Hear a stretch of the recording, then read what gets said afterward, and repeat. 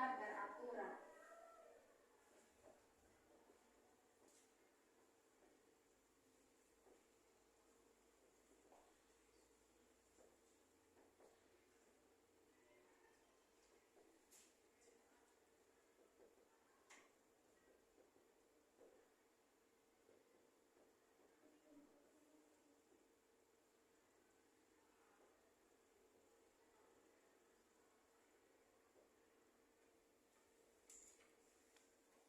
Dan yang kedua yaitu kita dapat menjelaskan besaran fisis yang ada pada gerak meningkat beraturan.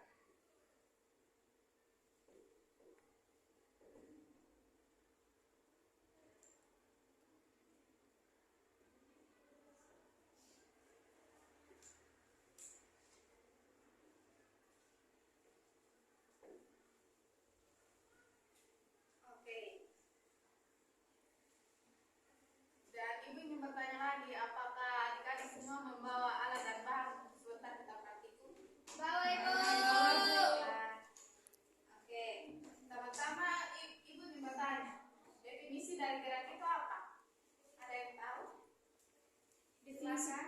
Definisi dari gerak itu perpindahan tempat atau kedudukan suatu benda. Oke, yaitu perpindahan tempat atau kedudukan dari Suatu benda. Nah, kalau sesuai dengan apa yang telah disampaikan oleh Kurniawati, yaitu gerak adalah perpindahan kedudukan dari suatu benda. Jadi jika ibu berdiri seperti ini, diam di tempat seperti ini, apakah itu bergerak, termasuk dalam gerak atau tidak? Tidak, Ibu. Nah, karena adik-adik bilang tidak, maka keadaan diam seperti ini juga merupakan suatu bentuk dari gerak. Namun, ia termasuk dalam jenis gerak non-akomodator, yaitu tanpa adanya perpindahan, dan gerak yang ada dengan adanya perpindahannya itu akomodator. Oke, karena definisi gerak adik-adik sudah paham. Untuk definisi dari meningkat sendiri itu ada yang tahu? Oke, silakan. Silakan. Melingkar itu ketika kita mengelilingi suatu titik. Oke. Nah, melingkar itu jadi sesuai dengan apa yang Sela katakan, yaitu melingkar ini titik temuan. Melingkar itu.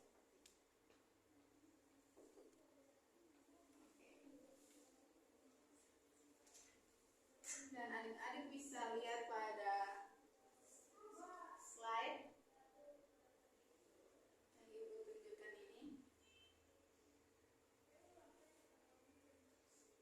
Ibu akan menayangkan video dari contoh penerapan gerak melingkar dalam kehidupan sehari-hari. Dan dari video ini juga kita dapat mengetahui ciri-ciri dari gerak melingkar beraturan dan besaran-besaran dari gerak melingkar beraturan. Oke ya.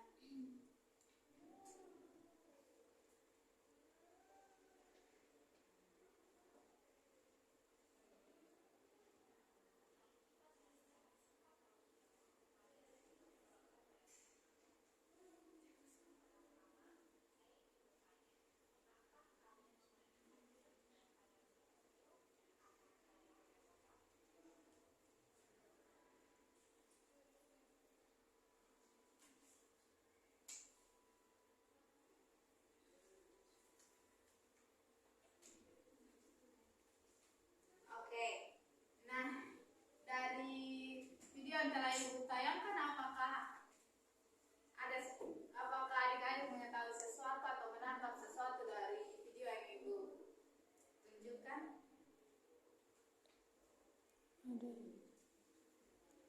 Nah, dari berdasarkan video yang telah ibu tunjukkan, ada sebuah jam dinding. Jam biasa seperti ini ya.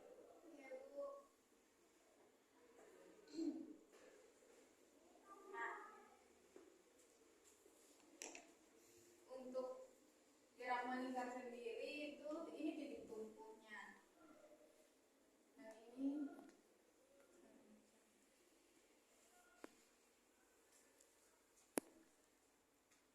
nah, dari video yang telah kita lihat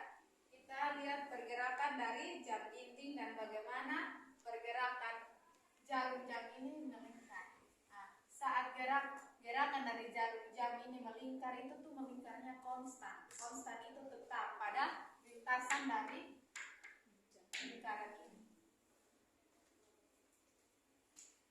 Dan laju dari jarum-jarumnya itu tiap titik jarum jam itu konstan. Jadi penting sekali untuk kita belajar mengenai gerak melingkar ini karena banyak penerapannya dalam kehidupan kita sehari-hari. Sehingga kita dapat mengetahui bahwa fisika ini sangat bermanfaat untuk kehidupan kita. Dan untuk besaran dari gerak melingkar. Oke, gerak melingkar sendiri itu terbagi atas dua atau berdasarkan karakteristiknya ada dua, yaitu gerak melingkar beraturan dan gerak melingkar berubah beraturan. Nah, untuk gerak melingkar beraturan sendiri itu gerak yang lintasannya berupa lingkaran seperti ini dengan laju konstan dan arah kecepatannya tegak lurus terhadap arah percepatan. Nah, arah kecepatan sudut pada gerak melingkar beraturan ini selalu berubah-ubah, tetapi kecepatan sudutnya itu selalu tetap. Nah, percepatan yang dipengaruhi oleh gaya sentripetal ini disebut percepatan sentripetal. Dan arah percepatan tersebut selalu menuju titik pusat lingkaran, tetapi besar percepatannya tetap sama karena tidak terjadi perubahan kecepatan sudut benda. Oke, sesuai dengan tujuan pembelajaran kita tadi, kita dapat mengetahui ciri-ciri khusus atau yang dimiliki oleh gerak melingkar beraturan itu, yaitu lintasannya harus berupa lingkaran. Oke, dan dipengaruhi oleh gaya sentripetal, memiliki sudut yang tetap atau konstan. Percepatan sentripetalnya berubah, arah percepatannya berubah, tetapi kecepatan sudutnya sama.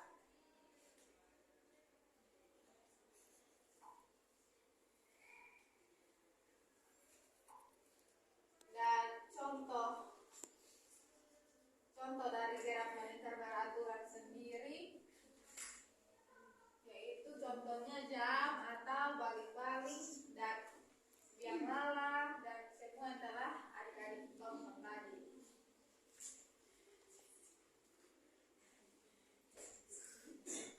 Dan arah kecepatan linier baling-baling atau jarum jam pada suatu titik adalah searah dengan arah garis singgung. Garis singgung, ada yang tahu garis singgung di sini yang mana?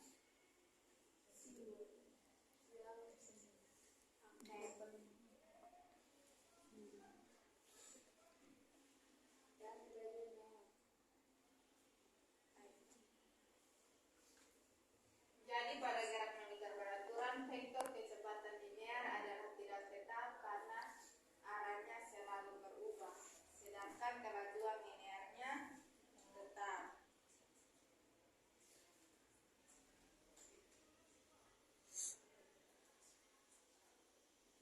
Nah,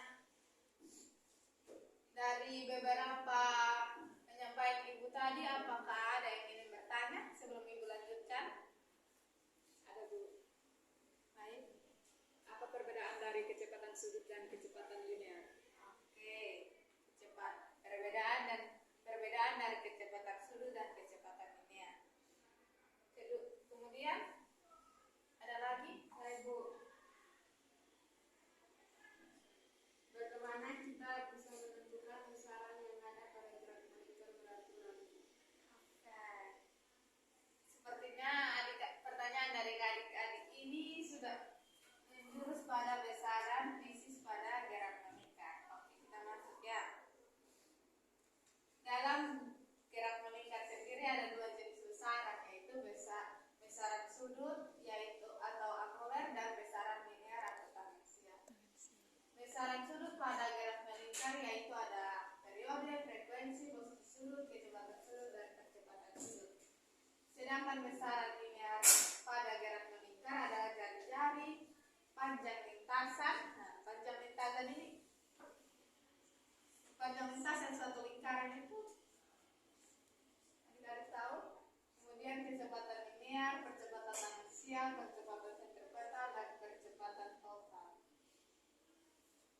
Untuk besaran yang pertama yaitu periode dan frekuensi.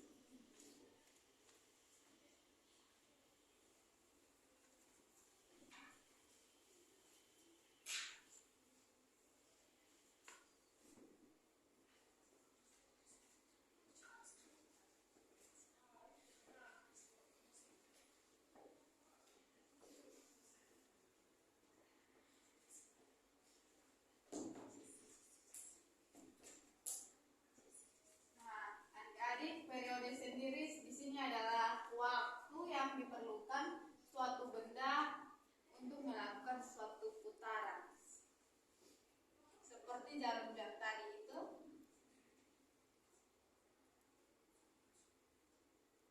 untuk melakukan suatu putaran ya. Jadi, atau rumusnya T sama dengan waktu per jumlah putaran. Kemudian frekuensi yaitu jumlah putaran yang dilakukan benda dalam satuan waktu. Dan rumus dari frekuensi sendiri yaitu 1 per T.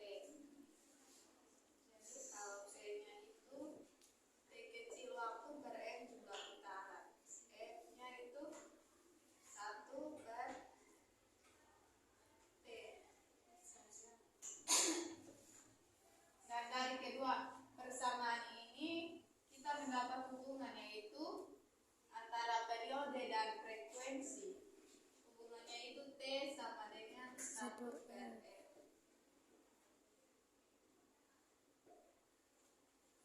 Adik-adik, besaran berikutnya yaitu perpindahan sudut. Sudut sini maksudnya theta ya. Jadi perpindahan sudut yaitu delta theta. Yaitu sudut yang disapu atau dilewati oleh sebuah garis radial. Garis radial contohnya sini jarum jamnya ya. Mulai dari posisi awal garis theta hingga posisi akhir. Misalnya dia mulai dari sini, dari jam 3, nanti dia putar lagi sampai jam 9. Dan arah perpindahan dari sudut sendiri itu jika berlawanan arah jarum jam maka delta theta-nya lebih dari 0. Dan jika searah jarum jam maka delta theta-nya kurang dari 0. Dan untuk satuan standar internasional delta theta adalah radian. Oke. Dan untuk theta-nya sendiri yaitu rumusnya 2 pi radian. Dan nilai konversi dari sudut yang ada pada perpindahan sudut adalah satu putaran sebesar 360 derajat. Itu setara dengan 2 pi radian, 1 radian dan 180 derajat sama dengan 53,7 derajat. Dan hubungan perpindahan linear dan perpindahan sudut yaitu hubungan antara perpindahan linear pada titik A yang menempuh lintasan lingkaran sejauh X dan perpindahan sudut theta dalam satuan radian. Kemudian besaran berikutnya itu kecepatan linear atau kecepatan tangensial. Jadi jika suatu benda melakukan gerak melingkar berlawanan dengan arah gerak berlawanan arah jarum jam dari titik A, dalam waktu yang dibutuhkan benda untuk menempuh satu putaran adalah T, yaitu periode tadi. Dan pada satu putaran benda telah menempuh lintasan linear sepanjang 1 keliling. 1 keliling itu sama dengan 2 pi R, dengan R sendiri adalah jari-jari.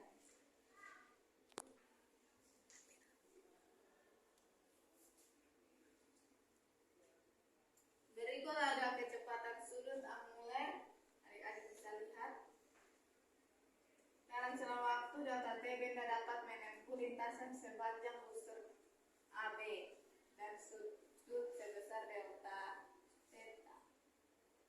Oleh karena itu kecepatan sudut sendiri merupakan besar sudut yang ditempuh tiap satuan waktu.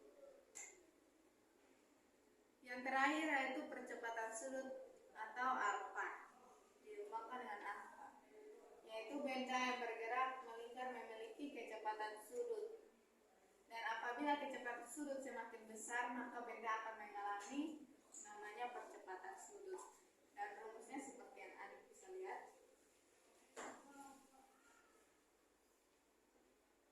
Dan yang terakhir yaitu percepatan tangensial, yaitu perubahan kecepatan tangensial dalam selang waktu tertentu di mana arah percepatan tangensialnya selalu menyinggung lintasan putarnya.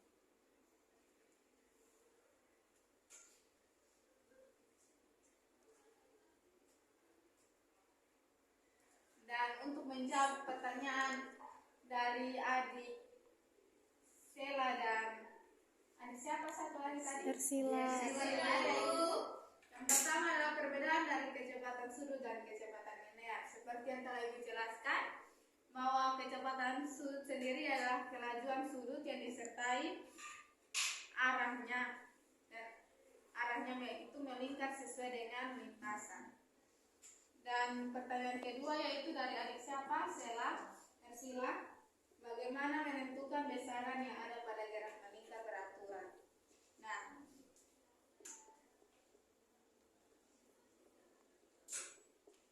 untuk menjawab pertanyaan itu, kita bisa melakukan praktikum atau percobaan. Baik, silakan adik-adik membuka atau mengeluarkan alat dan bahan yang Ibu telah minta kepada di bawah, dan Ibu akan membagikan LKPD. Jadi dibagi dalam 3 kelompok ya. Ibu.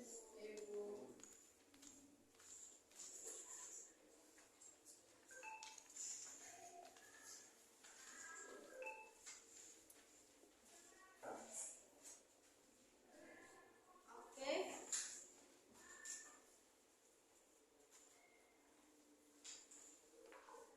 Apakah adik-adik sudah lihat? Sudah. Nah, untuk tujuan dan apa yang akan kita cari itu sudah tersedia di dalam, yaitu dari percobaan ini kita dapat mengetahui hubungan dari frekuensi dan kecepatan sudut dan kecepatan linear. Silakan adik-adik merangkai menjadi suatu alat dengan menggunakan bahan-bahan yang ada di bawah. Dan di bagian hasil pengamatan, adik-adik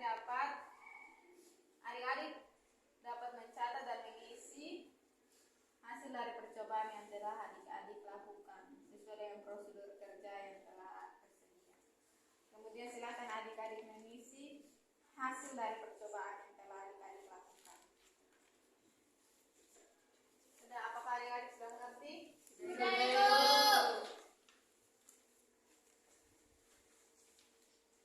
Oke, silakan melakukan percobaannya. Apakah sudah selesai? Sudah, Ibu.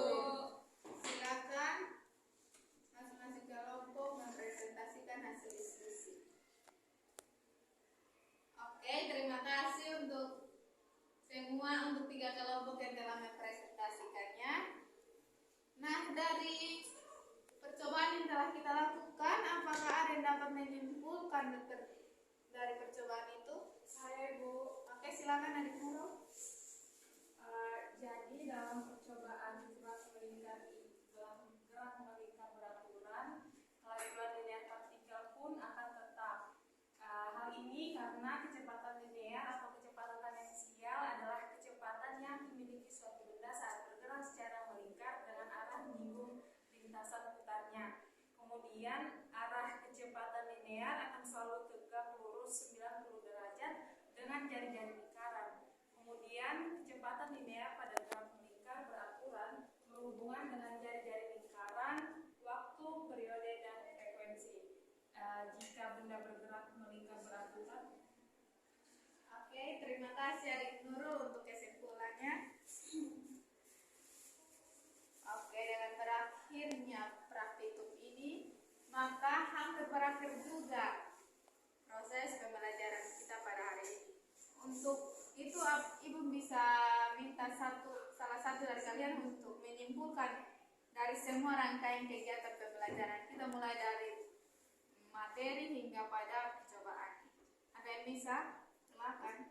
Ibu, Silakan Aditya. oke, dari materi yang kita pada hari ini dapat disimpulkan bahwa dalam percobaan yang sudah dilakukan tadi bahwa gerak melingkar itu benar melingkar beraturan itu pelajaran bergerak itu akan tetap disebabkan karena kecepatan linear atau kecepatan tendensial adalah kecepatan dari suatu benda saat bergerak secara melingkar dengan arah yang menyinggung lintasan putarannya.